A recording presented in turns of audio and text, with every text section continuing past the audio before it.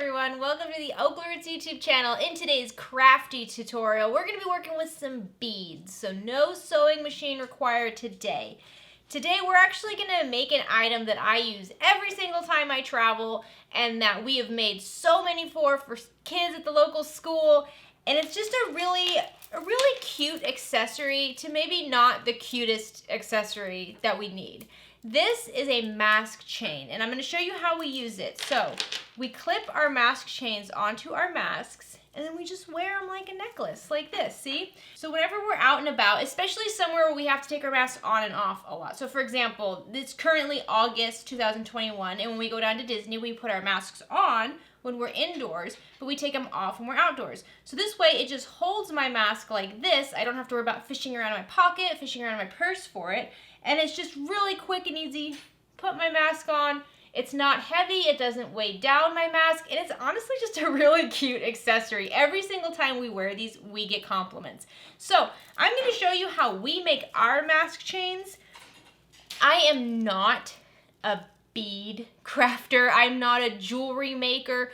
I am definitely not a professional by any stretch of the imagination when it comes to bead crafts. However, we have made dozens of these mask chains, and they have held up to a lot of pulling, getting stuck on things. They've been used by many children for many months. So I can say they are very durable. Will they last forever? No. Will we need them forever? I sure hope not. But this is a very, very helpful way to hold on to an item that we all need to have, but maybe we don't always like that we need to have. So if you're new to the OklaRoots YouTube channel, please consider clicking subscribe down below. If at any point you like this video, please give it a like. Any questions, comments, anything at all, leave them down in the comments section down below. We're not gonna have any timestamps today. This is just more of a casual, fun craft. All of these items can be found at local craft stores or Amazon. Everything I show you, if I can find a link for it, I will provide it down in the description of this video. All right, let's get started. So before we really start diving into this, I want to talk about closures. So on this one here, this is like a claw closure. These are little, like what you get at the dentist office. You know, when you have your dentist bib on, it's kind of the same thing.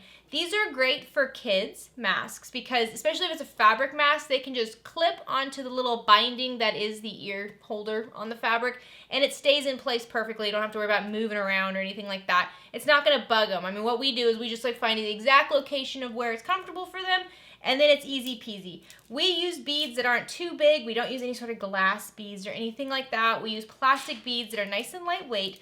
That way it doesn't pull on the mask a lot. On this version here, especially when I make mask chains for adults, I like to use these little lobster clasps instead. So this is what these look like. And again, they're very lightweight, very easy. You don't want anything heavy here. And when we wear our masks, we just wear it, again, just like this, kind of like a towel if you're working out, you know? Like a towel like that. And then put our mask on. And then you can see we just clip it on the side. Like that, and it slides around just like this. Clip it around this side. There we go. And it's just really simple. I mean, it's very basic, very simple. You can get really creative with this. When we make them for school kids, a lot of times we'll include names on them, so that way you know whose is whose. And so you can just get beads with letters on it, and it's just really fun and really cute. And honestly, some of these are so cute that if you want, I mean, I don't know, I'm not a jewelry person. But you can take the mask off, and then, especially with these types of closures, you can just clip them too. And now you just have a cute necklace. Look at that. I mean, again, I'm not a jewelry person, but I would wear this. It's adorable. We actually end up using like leftover beads for bracelets and things like that, little stretchy bracelets. So if you want to see a tutorial for that, you can leave a comment down below. All right, now let's go over all the stuff I use. Okay, first things first, this is my bead box. You know, I honestly didn't own any beads until I decided I wanted to do this craft, and now this is my bead box. I might have a couple of bead drawers even. I know, I get carried away. I wanted to be able to make sure I can make as many as necessary, and it has been a blessing having so many of these beads available because these have actually been really good gifts over the last year, and it looks like they might be another good gift for 2021. Okay, so for our mask chains, one thing you're gonna need is some sort of a stretchy, I like to use a stretchy cord. Again, I'm not a jeweler, guys. I don't know what's right, what's wrong, but I can tell you these have lasted for longer than a year with kids, so I think that they're okay. But this is just like a variegated stretchy cord. I will put all the specs down below, and I'll have a link for this. I'm not sure on the thickness and everything, but it works really, really well, and it's cute for kids. So I have that, and then you're obviously going to need a bunch of beads. So we can see we have all these like themed little mouse beads. These little rubber ball beads are so cool. I really like those.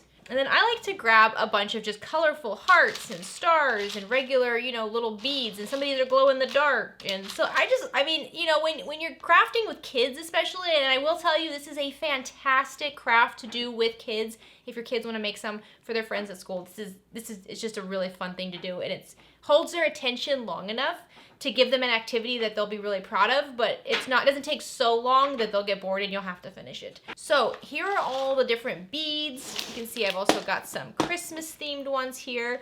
The other essentials here are going to be some sort of a closure for the mask. So you can see I've got these lobster clasps here. And then I've also got a bunch of these, I don't know what these are called, but they're the dentist office lobster clasp. That's how I look at them, the dentist office pinchers. These are really great for kids, again, because they will stay on their mask and it will not move. So you don't have to worry about them fidgeting with it. But I do prefer these lobster clasp ones for adults. Okay, the other thing I found really useful. This is a crimper. This is a crimping tool, and it's to be used with crimp beads. Now, I will have a link for them down below. I had to get oversized crimping beads. A lot of times crimping beads are really, really tiny, and they were too small for my rainbow cord. These bigger ones are still challenging, but I can use them, and I'll show you how I do that.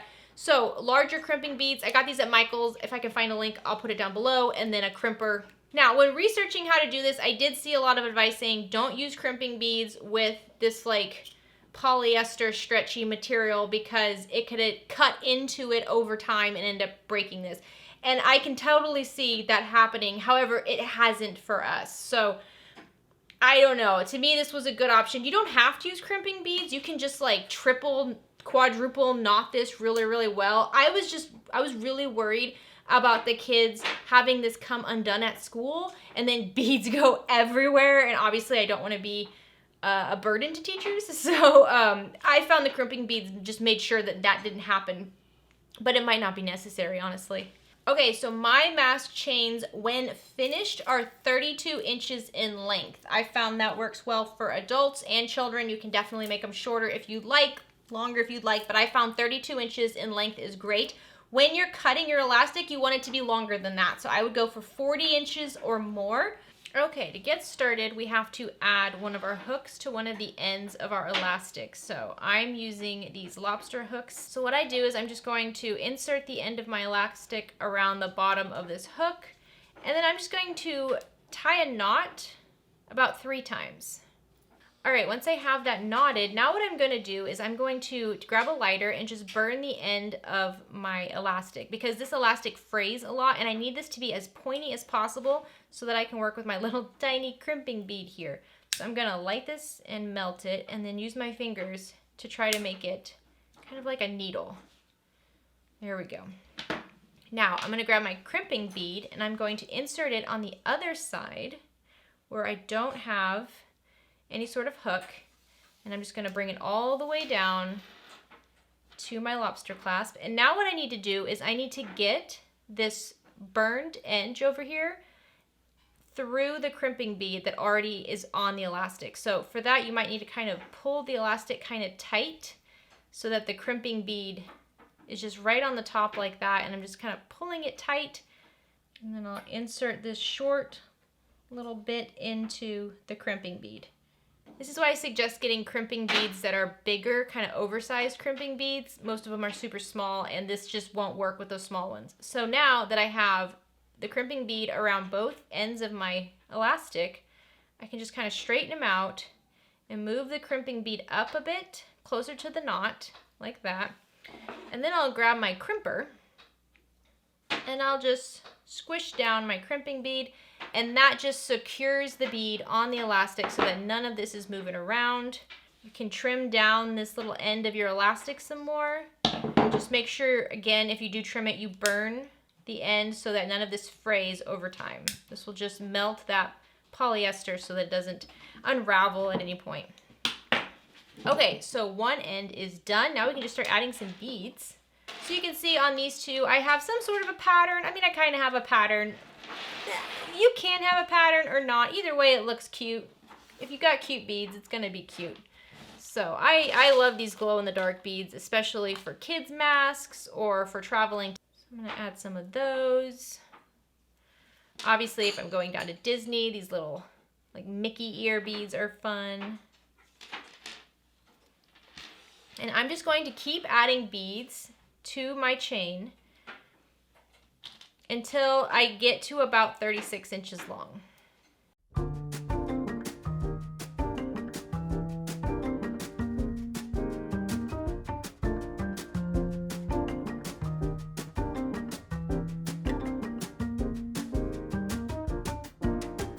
As you're adding beads, if you notice that the end you're working on is starting to fray, you can definitely grab your lighter and just burn that to kind of melt the end. And if it becomes a really big problem, just grab your scissors and trim it a little bit and then burn it and continue on. That's why we make this longer than it needs to be. But even then, it's really hard to mess these up, so I wouldn't worry too much about it.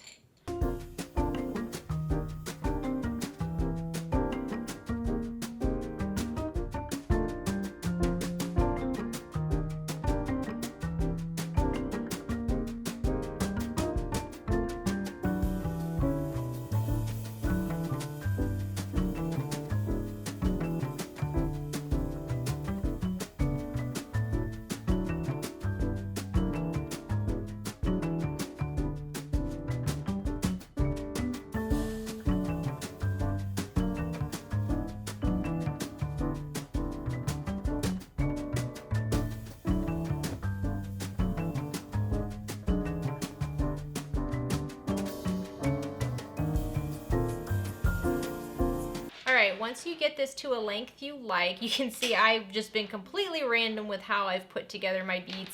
Again, it comes together so fast. It's just so fun. Once you get close to the end, put on your final beads, and then grab yourself another crimping bead if you're using one, and attach that over the end, just like this. Now do your best not to lose it. That crimping bead can easily just kind of fall into the rest of the beads. So do your best not to lose that one. And then tie the loose end around your remaining hook, whatever kind of hook you're using. Now, you want to get this pretty tight. You don't want it to be too loose. So you've got a few things you're trying to think about here. So what I do is I push all the beads down, get them nice and tight, kind of just push the crimping bead down. I might actually push the crimping bead down underneath a few of these beads, and then I'll come back to it. I know it's there, so if I need to find it, I can find it. And now I'm just going to, once again, triple knot around this hook. But I'm doing my best to get it as tight on the beads as possible. So I don't want a lot of elastic just hanging off the edge over here. Getting this lobster clasp as close to the beads as I can, nice and tight. All right, there we go.